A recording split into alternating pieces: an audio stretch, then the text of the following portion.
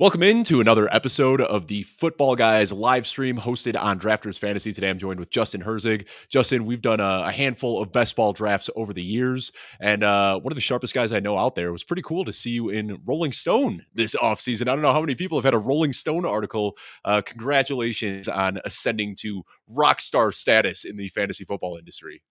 Yeah, I mean, you wouldn't imagine all the people that came out of the woodworks to reach out, all those past girlfriends that didn't give me the time of day. Like now, what do they think? Like rock star? No, yeah, got to be the only one to get there from fantasy football. So here we are in this one. First of all, for anybody who's not aware, we're drafted on Drafters Fantasy. If you use promo code Football Guys, we're doing a 100% deposit match up to $100. And here we are picking at the 3 spot, which I like quite a bit, Justin. I don't know about you. It just seems like I have been doing every time I go live. I'm picking like 9, 10, or 11, and it's really tough to build from that pocket. So this will be fun. We'll be looking at some different players here. When you're looking at this 3rd overall pick, is there a guy that you have in mind specifically, or do you have a tier 3 that you're just happy to let other people make decisions for you? How are you kind of looking at this 3rd overall pick? Yeah, I think from 2 to 6 in my mind is quite like a flat tier. I got Chase at number 1. I think the clear number 1, and then after that, like, don't like to say like, hey, you can pick some holes in all these early first rounders, But you but when you're can. talking about like, hey, we need the elite performances, you kind of can. And so from 2 to 6, like, I actually like really dislike the 2 spot. I don't love the 3 spot because I do feel when we get to that second round, we miss another teardrop. And so, and Yep. that kind of ends at like 19 or so. Mhm. But yeah, at this, I'm usually going with a wide receiver in Justin Jefferson. I know on drafters, Jefferson's already been pulled up to that kind Yep. of 2. So it leaves you with that kind of tricky question of Bijan, Lamb, Barkley. Um, can we see the ADP for that second round real quick? Can you scroll a little? Yeah. Yeah, like what's going to be available for us at around 22? Once we get to 22, Jonathan Taylor, Garrett Wilson, Tyreek Hill, Bucky Irving. I like going Chase Brown there, even if it's a little bit of a reach because he probably won't Yeah. get to 27. But yeah, with here it's Bijan or CD. I think are the 2, and I can go CD here, but I can go either way. Do you have a strong Let's preference? go Lamb. Let's go Lamb because as you were talking about with like the Chase Brown, I think I saw Jonathan Taylor, Bucky Irving, Josh James Jacobs. Like Brooks or James Cook. Yeah. there's so many in that kind of 22 and then even 27 Mhm. that I like the 2v2s when you start off with that elite wide receiver. And I don't think it'd be shocking if CeeDee Lamb ends up wide receiver 1 overall on the year. Like I Uh-huh. think George Pickens actually coming into Dallas is going to help CeeDee Lamb. It's not, just I'm not as much a proponent of like, CeeDee Lamb's elite. So it's not like, oh, this is going to open up space for him. Like defenses are going to play CeeDee how they're going to play defense. But I think the offense just overall is going to be stronger. They're going to be on the field longer. You get more touchdown opportunities. That's where I think Pickens really kind of adds value to CeeDee Lamb in the overall offense. And we've seen this has been a very pass heavy offense over the year. And I think them making an investment in George Pickens just signals that they want to pass even more than they already have. And, in my rankings, it's tough with best ball, especially if you're drafting in volume. You want to adhere to ADP somewhat. But in my fantasy football rankings, I've got CD Lamb ahead of Justin Jefferson because with Jefferson, we are kind of hoping that JJ McCarthy can be good. With CD Lamb, we don't have those question marks. We already saw a wide receiver 1 finish with Dak Prescott. So I want to sprinkle some Jefferson in here. But, if it's my home league and I'm picking 2nd overall, CD Lamb is who I'm taking off the board at number 2 there. So I don't know if you've done a lot on drafters, but obviously the calculus here is a little bit different. We're looking more for accumulative stats over the entire season. You aren't really playing to just advance and get through the playoffs here. So quick question, and I don't know if you have a good answer for this or not, but do you find yourself maybe fading rookies a little bit more in drafters, or is it something that you still think there's a benefit to going out and getting those high upside rookies, even if they do get out to a slower start? Yeah, and a good comment here to turn off the auto pick. We don't want to miss out on that one. That is a good pick. Yeah, so we do see the rookies ADPs from usually are more adjusted. I mean, lower as in like worse ADPs. So the market does adjust correctly, but I don't think you can just take the simple stance of okay, well rookies take longer, so therefore they're less valuable. Mhm. Because what also happens is yes, week 17 is the same value as week 1 in this format. But week 17, you're far more likely to have injuries. You're far more likely to Yes. have some starters that maybe lost their role. So I do think it's while in, traditional contests where there's a week 17 like final, it's probably more important to kind of say like, hey, I'm going to build a strong team that can kind of be rookie backloaded or front loaded, whatever you call it. In this, I think it's more of a balance. You do Right. still want to have some rookies because you still want to have, the players that are more likely to be performing well in that second half, but it's not as much of a, oh, I'm really just focusing on week 17, obviously. And that's where, and if you look at the rankings across the ecosystem from a general rankings and how kind of public perception is in the market, there is backloaded production kind of built Mhm. into the rankings as there should be. So when I know some sites have different rankings for drafters that adjust for that, but the common kind of market perspective still is like, I think of this player versus this player and having this one better, but that's influenced by these traditional final styles of best ball contests. And we could have seen it last year, where Joe Mixon and Alvin Kamara went down just as, Bucky Irving and Jalen McMillan and all of these other rookies kind of ascended. So that does kind of work itself out, I think. So here we are up in 2 picks: Rashi Rice, Garrett Wilson, Tyreek Hill, Bucky Irving, T. Higgins, Chase Brown, Trey McBride. I don't think we need to force any position at this point, but what are you typically doing here at the end of round two? All right. If so, I agree with you, like not forcing position, but I do look at like what's more likely to be available, and I think of this as in tiers. And Mhm. so at that 27, like if we don't grab Bucky, then there's a decent chance we're going to be starting off without a running back in the first three. Okay, Bucky goes. All right. Well, now Bucky we can goes off. ignore that. Chase Brown probably won't make it back to us at 27 if we are looking for a running back here, because after that it does, Josh Yeah. Jacobs we could potentially get in round three, Brees Hall, but I think there's a little bit of a fall off after Chase. Who do you want to go with here?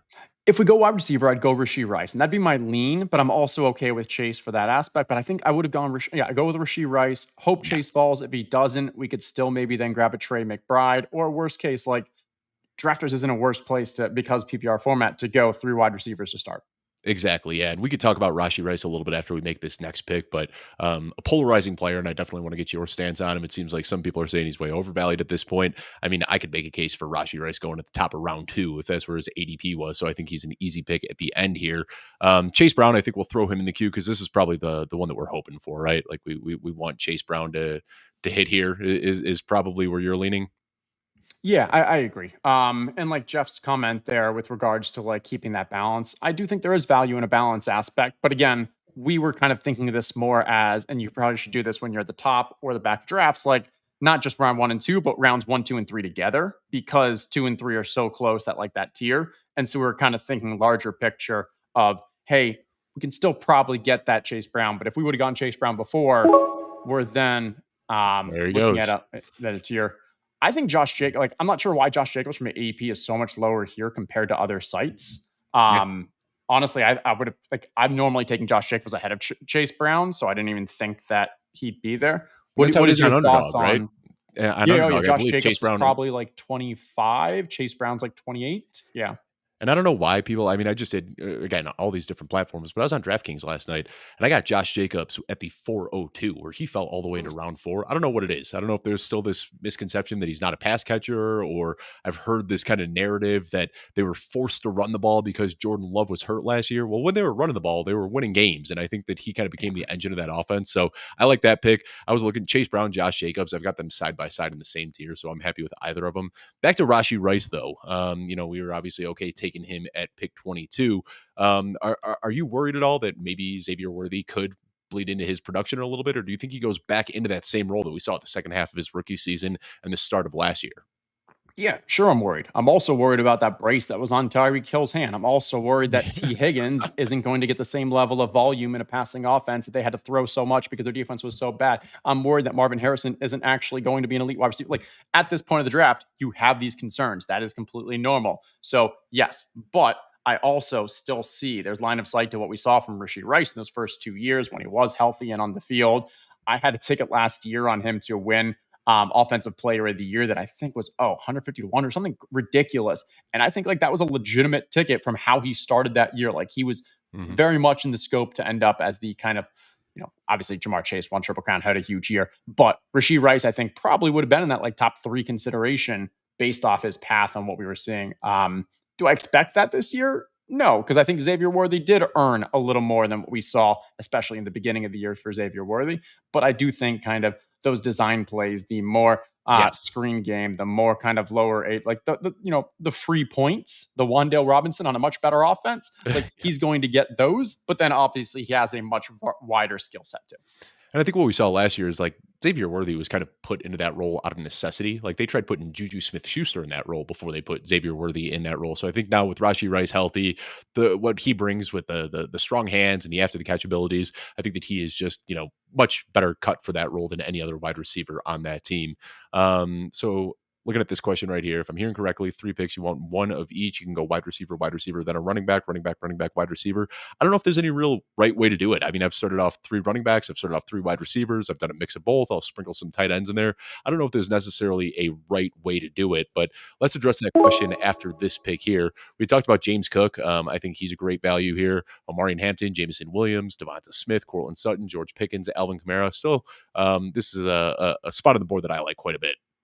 Okay. Yeah, you mentioned Cook earlier. So if you got that bullishness towards him, let's go for it. This is an example where, like, in other sites, I'm double clicking O'Marion Hampton as fast as I can. But in this structure, oh, no, I was thinking, okay, Let's sorry. let's go with Hampton. You said Okay. Hampton, and that's Okay. a guy I Sounds haven't drafted much uh, of.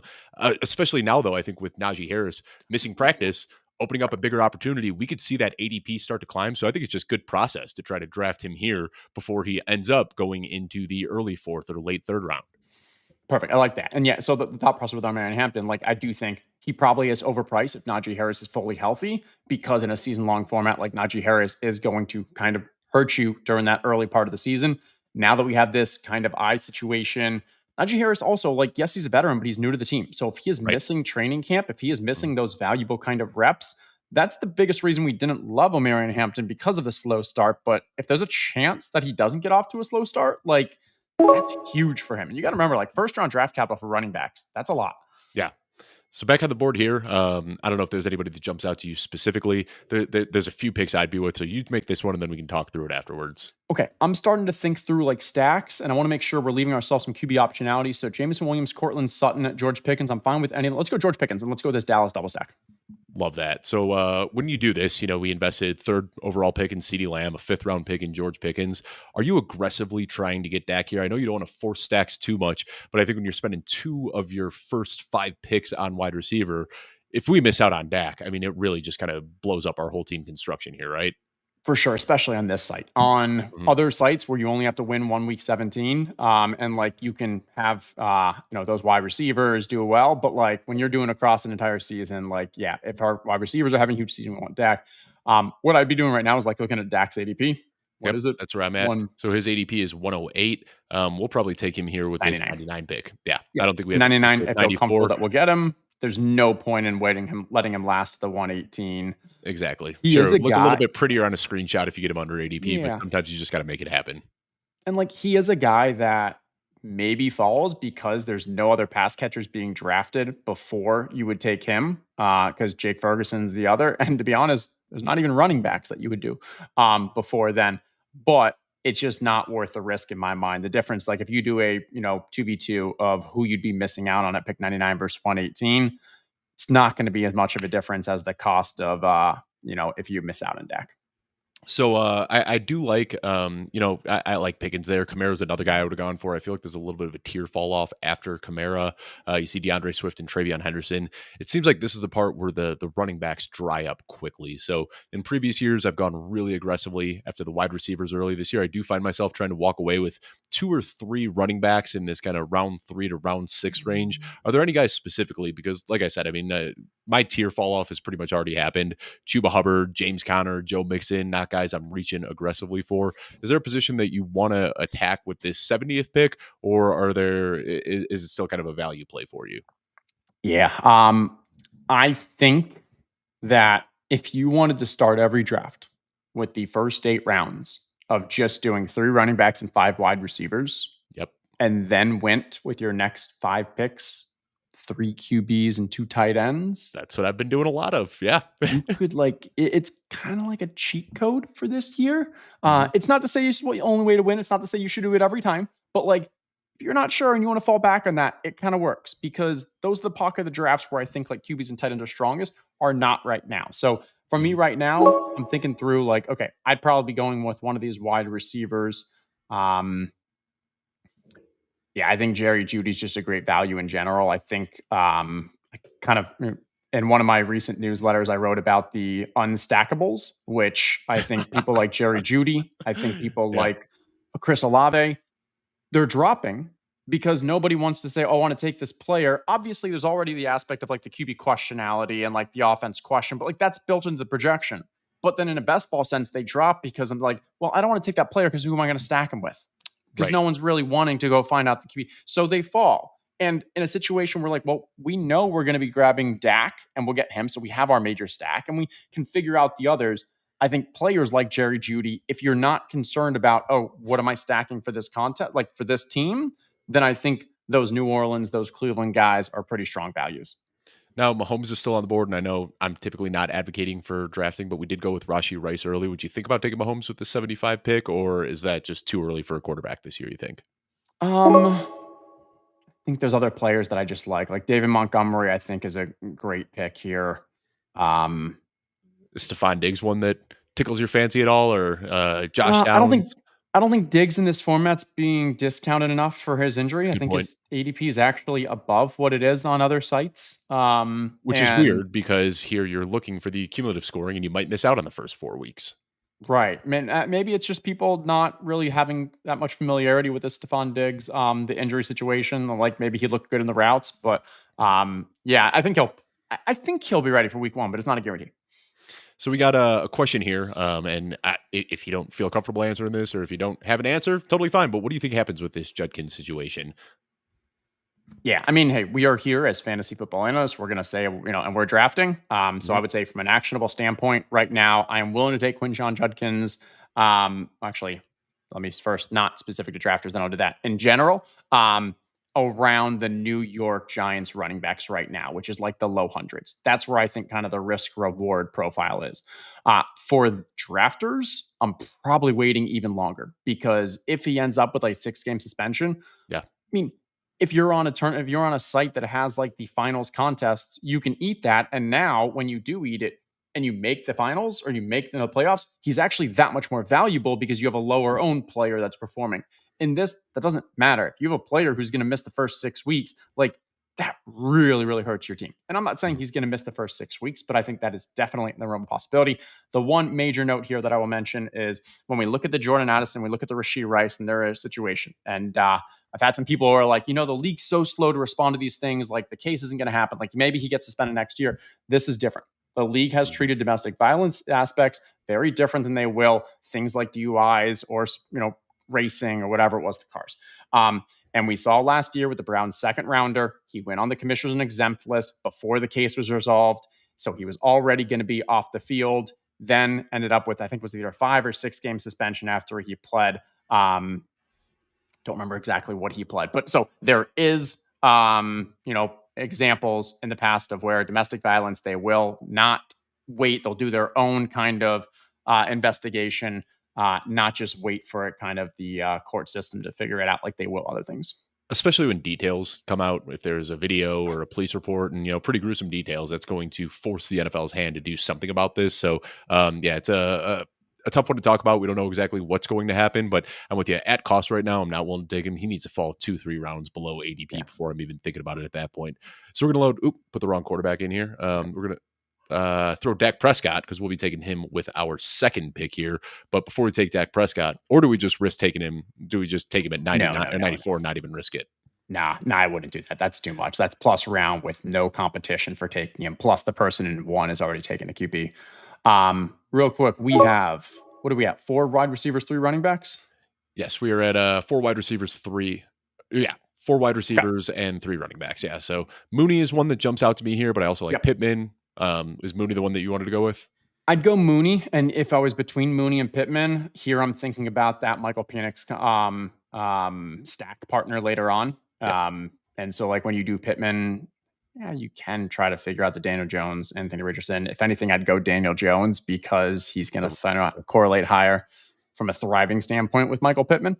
mhm. Um, but yeah, no, I think Mooney was a great one in there. What it is, we finished with the first 8 rounds with 5 wide receivers, 3 running backs. What do you know? And we're still one pick out from making this last pick, but if we can get this one right here, that'll put a nice little bow on it. And there, Tyrone Tracy goes Yeah. off the board a little bit ahead of ADP, leaves Dak Prescott for us. Let's take a look at this roster now because this is feeling pretty good. So we got Dak Prescott, we've got CeeDee Lamb, and George Pickens. That is our big double stack there. Running back room, we got Josh Jacobs, Amari Hampton, David Montgomery. In addition to the two Dallas receivers, we've got Rashi Rice, Jerry Jeudy, and Darnell Mooney. It's funny. I feel like a lot of my teams end up looking the same because I'm kind of attacking the same positions and same pockets. And like you, I don't like taking quarterbacks early this year when it just feels like there's so much depth. And now I do kind of find myself in that quarterback sweet spot where we'll probably take a few coming up here, probably end up with a three quarterback build. But this is about as good as you can hope for in those first 9 rounds. Yeah, I like this. What are your overall thoughts from a drafter standpoint of two versus three QBs, two versus three tight ends?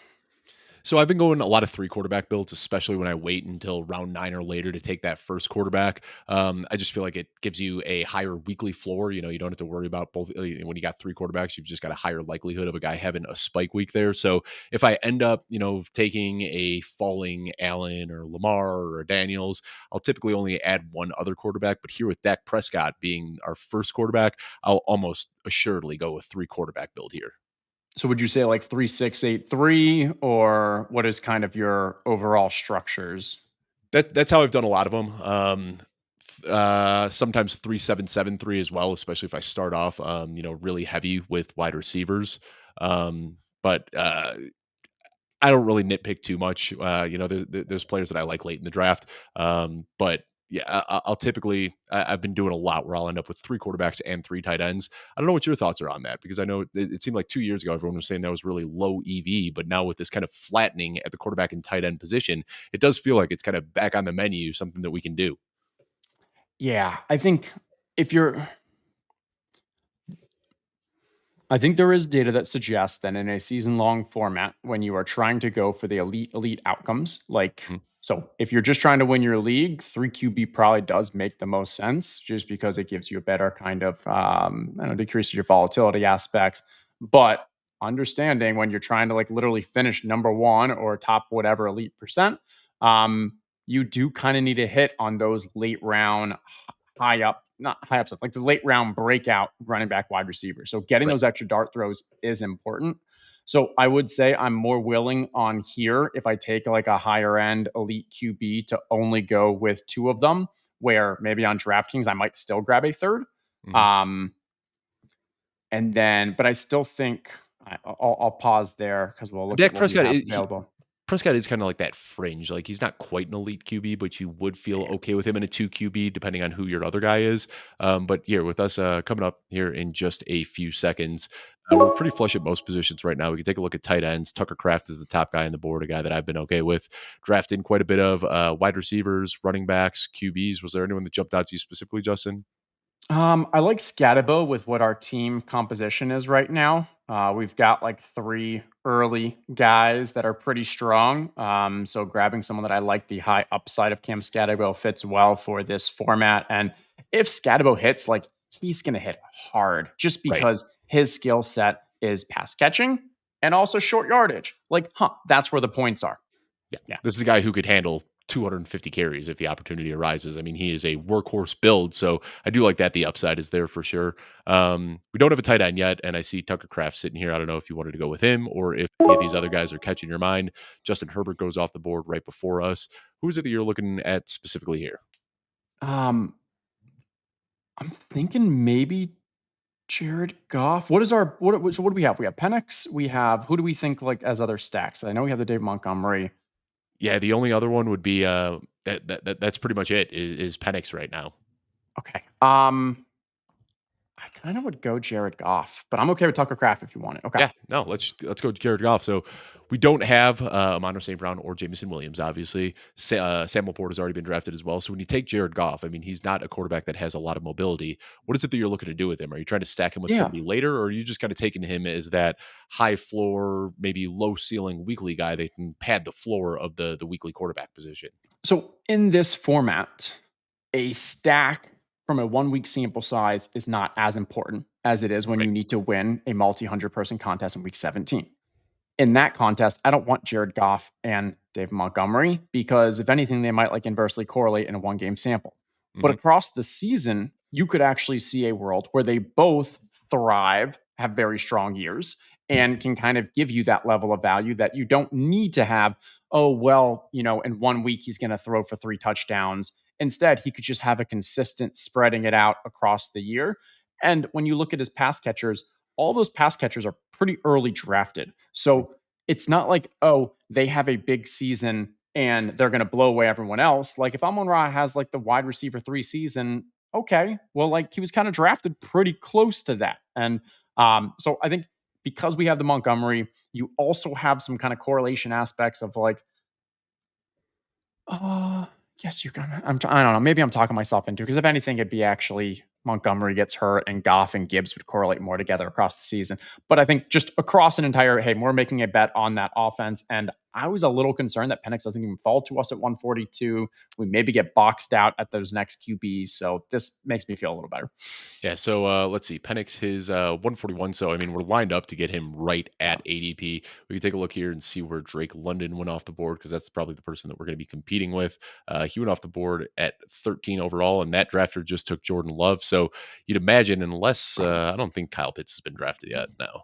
So yeah, you'd imagine that Penix should fall to us. And then, I mean, this is what I find myself doing a lot in these like round 9, 10, 11, 12. I'll walk away with 3 quarterbacks because I feel like Yeah. they're all just so similar here. When you look at the range of outcomes for Dak, Goff, and Prescott, they're all pretty similar. Yeah, completely agree. And the other is like, I don't know. I think right now with the way tight ends kind of shape up, drafting in July, it wouldn't, I'd be willing to make this a 4 tight end build with our last four. Yeah. We have a strong wide receiver room. We have a strong running back room. We don't need to be making up for either or both of them with quantity. So, like, my lean would be we grab Michael Penix here. Hmm. And so that gives us a 3 QB, three correlated, two of them with their top pass catchers. And then we kind of sprinkle and feel, hey, if we get some tight end values, we stop at 3, but otherwise going 4. And especially because if you look at who's available, like in that round 19, even round 20, it usually gets a little rough, but round 19, you can still usually get starting tight ends. Yeah, and if we're able to walk away, I mean, like this has kind of been my sweet spot. Mike Gesicki, Chigakonkwo, Mason Taylor. I feel good about a lot of those guys, and I'll do that even in a 2 tight end build if I can get another guy earlier. But 4 tight end isn't a route that I've gone yet, so got me living on the edge here, trying something a little bit different than I've done so far this offseason, Justin. I like it. So with this next pick coming up here, like you said, we're probably going to be looking at running backs and wide receivers a little bit more than some of the other positions still. So let's get an idea of who we might want to Well, queue up here. real quick, do we think Yeah. Penix is going to fall Oh, to us? duh, Can we Penix. see? Yeah, Oh, no, that no, was but I'm not saying we draft him because. We've got 2 Okay. quarterbacks. This guy sitting at the 1 pick only has Okay. Joe Is there a Burrow. player that we absolutely love that if we don't grab Penix? I like Rashad White, but I think I'd rather take Penix than Okay. Rashad Let's White. grab Penix. You've got him in the queue. Yeah, and now we're done with quarterbacks, which is nice. That's a good feeling just to check that box and not have to worry about it anymore. Because I did see this guy only has Joe Burrow, and the only quarterback that was ahead of Penix is CJ Stroud, and I've seen a lot of people take Penix ahead of CJ Stroud. So had we missed out on Penix there, then we could have Yeah. potentially been And looking at I don't even know. Are you going Cleveland quarterback in that instance? no, I wouldn't. I mean, I think we still could have probably filled a back stack. Like Bryce Young has some pass catchers later Yeah, on. Cam Ward has Chig. yeah. So I think there's some options. Where's Kyle Pitts ADP? Kyle Pitts would be next up, A bit 158. of a We're not going to reach, get but him. gives. Why not? Yeah, I think that's a decent play for this. Like we've all felt this trap so many times, but Are you talking about the also, Kyle Pitts trap? yeah. Yeah, yeah, but I mean, there's a reason we keep going back to the well. I mean, it's a Right. very promising profile. Now he does have a better quarterback, and I understand all of these concerns are what push him down. I mean, what I think we just got him, was it the 12th tight end off the board, I believe. So I mean, all of the concerns that everybody has about him are why you're getting him in round 13 now. Yeah. And yeah, hey, I see people taking Rashad White. Rashad White, I think, would have been a great pick too. And if we didn't have this Panic Pitts, like we would have grabbed the Rashad White. Mhm. But I'm also looking at like, hey, our running back room is pretty strong, and Kyle Pitts has the upside at the tight end. Because here's the other thing: if I'm gonna go with the 4 tight end build, first off, we don't. Now we don't need to Right. because we grabbed that round 13, so we can make this a 3. But either way, what I was gonna say is if I'm going for 3 or especially a 4, my goal isn't to kind of find the guys and say, like, hey, I'm gonna ping pong and try to get like some decent performances here and there. Like, no, it's each dart you want as high upside breakout players. And Mhm. we've seen year over year that breakout players happen at the tight end position, usually due to one of two things. One is they have the breakout profile that has the talent. We just haven't seen the role, often because of rookies or maybe someone on a new team. Or the second is being attached to a high powered offense and finding themselves into a Dalton Schultz type season. Right. Um, and so those are what I'm looking for when we're looking for these late tight ends. And I think Kyle Pitts, we know he has that breakout profile. And as you mentioned, new QB, in my mind, new QB, it's kind of like another roll of the dice. Like it just gives more variability. That maybe there's a chance that things work out. And I think when I'm drafting late, I mean, I feel not confident, but I feel like the 18, 19, 20th round running backs that you can hit on, you can really easily envision a world where they break out. When you're looking at the tight ends in that round, I mean, we're looking at guys who have been in the league for 8 years and haven't done anything. We're looking at day three tight end rookies. I mean, it really does get them there. So I think getting Kyle Pitts here, it doesn't force us to go into this four tight end build. We got a little bit more flexibility now and could potentially save some of those late round picks. I don't know who you like taking, but when I start thinking about the Brashard Smith and Kyle Manung guys, those guys that I can get really late, I feel better about them than I do about Elijah Arroyo and the tight ends going in that same range. Yeah, I think when you get to the Arroyo, I agree. When we're at the Theo Johnson, Jawan Johnson, like that range, Feel that's okay when about I them. like those tight ends. Yeah. But that's where, and usually it's kind of like around 19 difference, Mhm. where like you'll get one or two at 19, round 20, you're kind of now at the Terrence Ferguson, Arroyo, and stuff. Um, Honestly, like Tyler Higby's a guy who I think is a sneaky pick right now, especially for this format. If you needed to kind of get that early production, Yep. and yeah, I see you back there, Joey. I'm still waiting for you to tell me when we're going to a Bucks game. I got my lightning hat on for us tonight.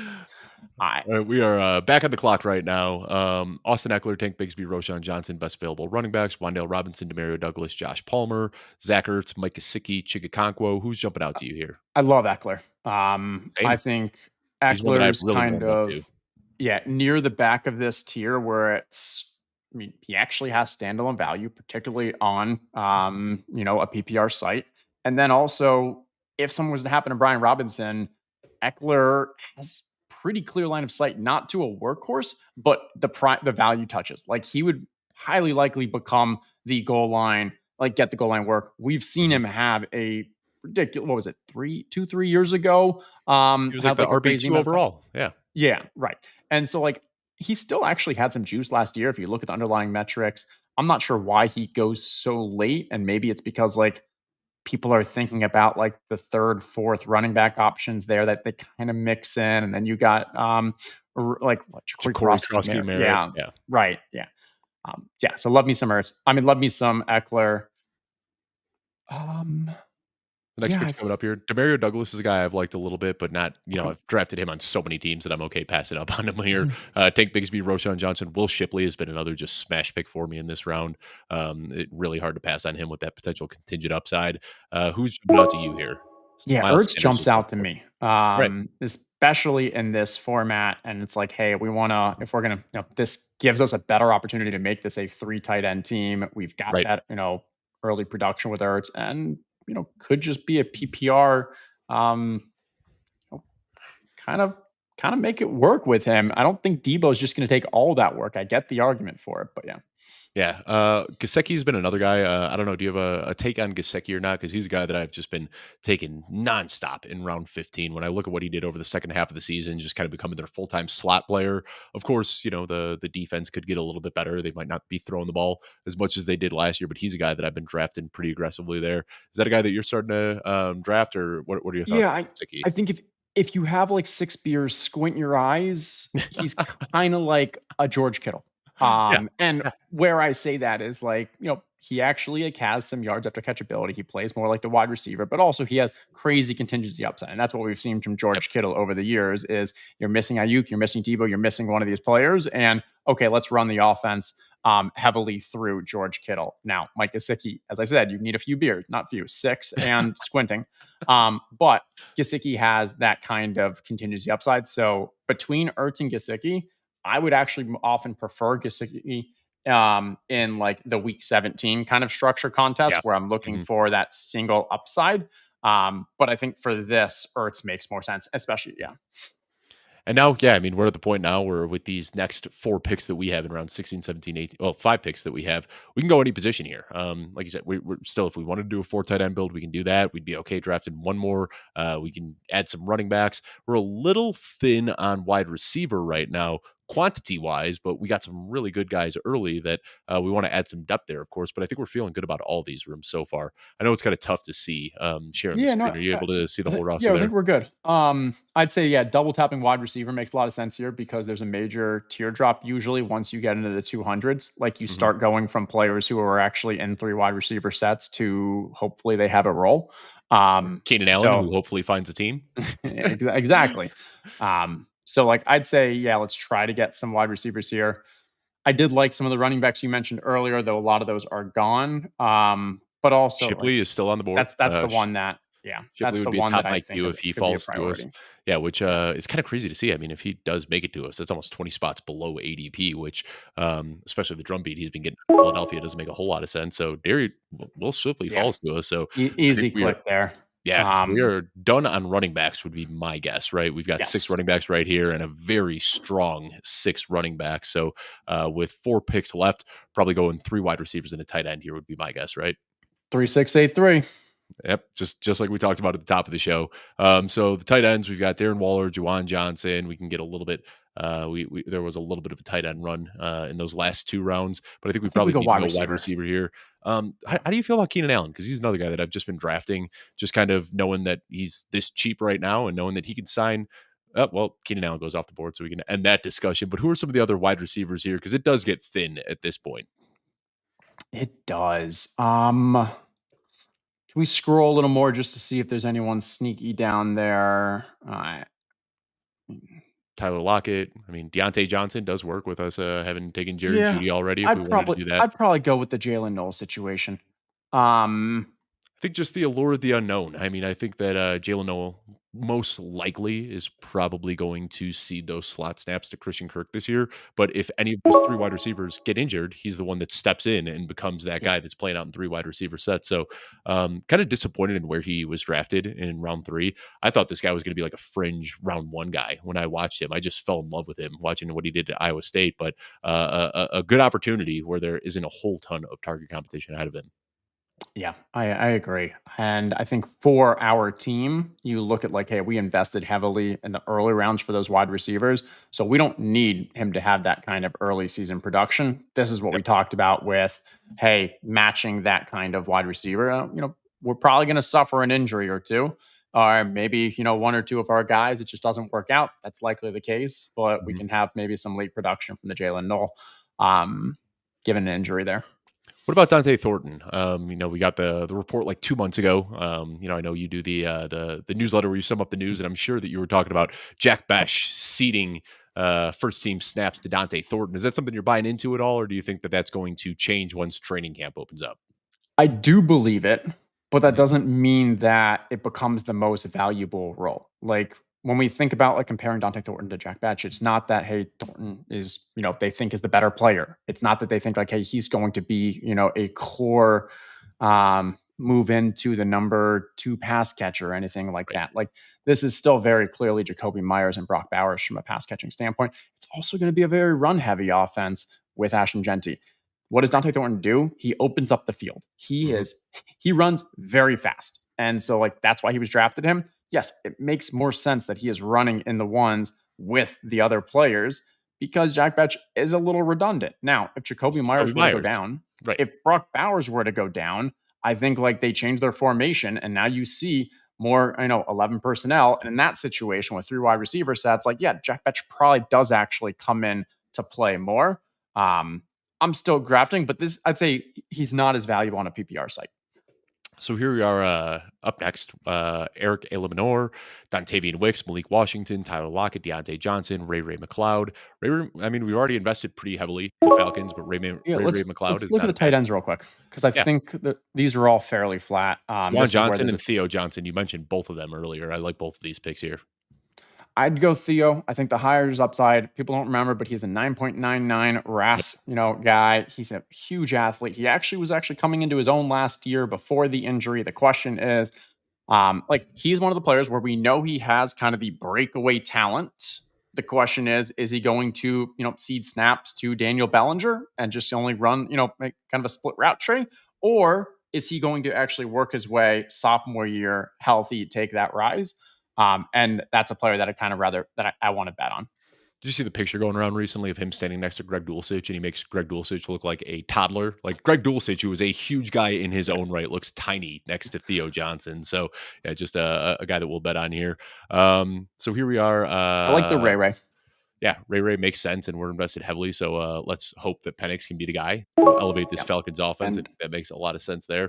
And then we I can think kind it of was last. I think it was last year. Falcons ran the most three wide receiver sets of any really offense, and I think so. If not, it was very high, and so that brings Ray Ray McLeod. He's on the field. He is in three wide right. receiver sets. There's no competition for his role, and that's how, kind of PPR standpoint, he can kind of luck himself into some games. And we're not going to have like a crazy amount of depth. We have those five really good guys, but hey, week 10, we know we got some buy issues. Maybe Mhm. that's where Ray can plug in. Maybe there's an early injury. And we get that correlation. And I think that's it. Like the contingent upside for this team, if God forbid something happens to Drake London, we have Darnell Mooney, we have Kyle Pitts, and we've got Ray McLeod. So we're basically set up with all of the other pass catchers outside of Drake London on this Yeah. team. So looking at some of these other late round wide receivers, Malik Washington, it seemed like he was getting some buzz right after the Jonnu Smith trade, but that has started to cool off a little bit. Tyler Lockett, going to make the team in Tennessee. I don't know how much more we can probably say about that. Deontay Johnson, I don't really know what to think of him. Elijah Moore has been getting a steady drumbeat out of Buffalo. I mean, you can make a case for all of these guys, but the floor here, anytime you're drafting a wide receiver in round 20, is that they never even hit your lineup. Yeah, I'm honestly surprised Malik Washington's ADP is this high. It's weird just to see the different things like across sites where Malik Mhm. Washington's like very buried from an ADP on other sites. I'm honestly a bit I was a bit surprised when I went back and looked and saw how Malik Washington finished the year. Like they actually started featuring is not the right word, but including him, Yeah. incorporating him. Because I And think they he's tried with Odell early in the season and realized that wasn't yeah. working. And then they kind of pushed Odell out of the picture for Malik Washington. Yeah. And he's a speedster. Like I went to shout out Joey, a preseason game last year when the Dolphins played the Bucks and they were just trying to feed like Malik plays. I think he had like a 30 some yard rush. And it was Mhm. I think it's one of those things where you we know it's a gimmicky offense. And so why can't an Right. athletic player have some success in that offense? So I've been mixing him elsewhere. Now usually in this situation, like I do want to draft someone who's not being drafted. So I would be kind of scrolling down so we can take a look more. What about Noah Brown? Yeah, I like Noah Brown a lot, and we've already invested heavily into this Nope, Commanders he's been offense. drafted. All right. Sorry. Yeah. All right. Um, Isaac Tisla, does work Yep. with us I like taking that. I Jared like Goff that one a earlier, lot. right? Yeah. Yeah. That's Tisla, not a guy that 100% who I'm our pick should be. aggressively targeting, but I think that it makes sense right now with us having, just Jared Goff and David Montgomery. This does open us up to one of the pass catchers. Tisla isn't a guy that I'm crazy about. I thought his film was a little bit limited, but size speed guy with off the charts athleticism. Yes. So yeah, I think that one makes a lot of sense there. All right, is Athlete this they the traded up for, right? Like, I mean, that exactly? that Yeah, says yeah. something. Yeah, So and another one of those guys that was definitely a combine riser, a guy that wasn't on a lot of people's radar prior to the NFL Combine, but absolutely lit it up and has then getting the day 3 draft capital. There's reasonable excitement there. So let's run through this team real quickly, and I like the way this one worked out quite a bit. This quarterback room is what so many mine look like, where I'm just kind of looking at the like quarterback 8 through quarterback 20, and I'm walking away with 3 of them. That's what we did here with Dak Prescott, Jared Goff, and Michael Penix. Running back room, Josh Jacobs, Omari Hampton, David Montgomery, Cam Scadaboo, Austin Eckler, and Will Shipley. Like that we paid up for those guys, but then also that Eckler and Shipley got both of those guys at great values and guys that I have liked targeting. So like when I can get them below ADP. Wide receiver room, definitely the strength here, especially up top. CeeDee Lamb, Rashi Rice, George Pickens and CeeDee Lamb tying in with that Dak Prescott pick. And then Jerry Jeudy, Darnell Mooney, Jalen Noel, Ray McLeod, and Isaac Tisla. And then a tight end room, which for how far we kicked it down the board, a tight end room of Kyle Pitts, Zach Ertz, and Theo Johnson, I feel pretty good about that one too. Looking back at the board, is there anything you wish we had done differently? Like had we taken this player instead of this player, I would have liked to build a little bit better, or you're pretty happy with how this one turned out? I'm pretty content. I think those last rounds like really fell to us Yeah. with just the pieces that we need, particularly at the tight end position. And then because I felt like we were going to have to either be really light on tight end, which we're light, but like Yeah. really light, or we'd have to kind of be grabbing our guys, and then we're going to have like minimal depth at the running backs. The combination of those running backs and tight ends kind of fall into us. I think worked out well. I think the only downside is I know you guys are trying to promote football guys. You get 100% deposit match, but like, are people still going to want to compete against this team? Like, I don't know. I mean, It's a tough one. Yeah, I don't know who's going to want to. And last week I had Dan Hindery on, who won the contest last year, and we drafted a heater of a team as well. We do have one person in the comments right now, though. DB here. I'm guessing that this is his team. He asked us to review Team 4 if we get a chance. So Bijan Robinson, Bucky Irving, Trey McBride, DK Metcalf, Jameson Williams, Debo Samuel, Tony Pollard, Kyler Murray, Cooper Cup, Trey Harris, Tucker Kraft. Tucker Kraft won't hurt. I've been drafting a lot of him. Would have liked to have him on this team. Ray Davis, Trey Benson, Jonnu Smith, Aaron Rodgers, Darius Slayton, Anthony Richardson, Kareem Hunt, Adonai Mitchell, Elijah Moore. Anything jump out to you in that one specifically?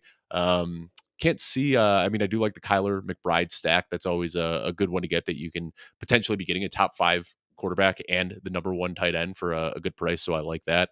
Nothing egregiously bad that I'm seeing there. That's a well built team in my opinion. yeah, I think overall pretty solid. I think what I would say is like use this opportunity to kind of think through some 2v2s because I'm sure you don't love your quarterback room. Unless like, hey, you're saying like, hey, this is an Anthony Richardson kind of upside play, which I get it. But there were probably in that kind of middle area where maybe you grabbed like a Ray Davis or a Trey Harris, some other opportunities to kind of grab that second QB. Because then, like, same thing, grabbing Jonnu Smith with the Aaron Rodgers. Do you really need a third tight end in the round 14 when you already have Trey McBride? I think that's like, instead of grabbing that Jonnu Smith, maybe wait until the 19th to grab one of the tight ends that we were looking at. And that gives you another opportunity earlier on. But I get like feeling like, hey, you maybe felt you needed to stack to get those other QBs and you kind of play catch up. I like how the draft started. Grabbing Trey McBride in the third is great value. Yep. Other thing I would say is Tony Pollard maybe could have been a wide receiver after going Bijan and Bucky. I probably try to wait a bit longer before grabbing another running back. But overall, I think it's a pretty solid team. And I have some QB rooms that look like this. And, even when we were doing this draft, I was trying to talk you into Tucker Kraft over Jared Goff. In hindsight, I'm happy that we did take Jared Goff because I've fallen into this trap where I wait on my quarterback 1. And when you do that, you almost need to reach on the quarterback 2 and quarterback 3, because if you wait on your Yeah. quarterback 1 and then you start sprinkling in some other running backs and wide receivers, you can find yourself behind the 8 ball pretty quickly. And then you're kind of wish casting that Tyler Shugg becomes good and Aaron Rodgers can stay healthy. Yeah. So things can get a little bit bleak quickly there. But I think I that's don't think it's bad by any means. no, no, not at all. I think that's a really good point, though, is in our minds, we go into drafts thinking like, oh, there are wide receivers late that I love, and I'm gonna wait for those late wide receivers. But the challenge is once you get there, you got to kind of switch and be like, okay, but I need to start taking them now Yep. because yes, there are I don't know if that wide receivers, QBs. Yes, there are QBs that we love, but if you then wait a little too late, the drop off is really strong because so many people are trying to drafting that third QB, second to third QB. And I think what you said, a great example there where, yes, we felt very comfortable after 8 rounds not having a quarterback. But if we didn't then hammer QBs in those next kind of 5 rounds, I'd say Yep. you start feeling really bad. Yeah. So I think we walked away with this one good. And this is why I like drafting with other people too. Because had I been drafted by myself, I know what I would have done. I'd have taken Tucker Kraft there, like I do so often in round 11. And then I would have been tilting saying, oh my God, now I'm looking at Tua Tagovailoa or Aaron Rodgers, quarterbacks that I don't really want on my team. So always a pleasure, Justin. I feel like every time we do a show together, we're able to learn something. Got another comment here saying, FBG ETR collab is the nuts. Couldn't agree more there. This is always good when we get to chop it up. Just a reminder to the audience, I'm doing this every Wednesday between now and NFL kickoff, 2 p.m. Eastern, right here on YouTube, the Football Guys YouTube, or you can find it streaming on Twitter as well. Justin, before we sign off, anything that you wanted to plug, whether it be social media, content you're working on, anything like that? Yeah, no, appreciate it. I'd say number one kind of thing is a personal project of mine is the FFN60, which is just a newsletter that gives you everything you need to know from the day before in 60 seconds. Goes right to your inbox. So if you're interested, ffn60.com. It's free, and it's kind of I give my takes on all the kind of important information from the day before. Yeah, and hopefully anybody watching this is able to tune in next week. We got Davis Maddock coming on, just one after another, just some heavy hitters every single week coming through. This is a fun show for me to kind of sit back, learn some things from some of the sharpest minds in the industry, and I hope you, the audience, are getting the same benefits. So I want to thank you so much for tuning in, and we will see you next week.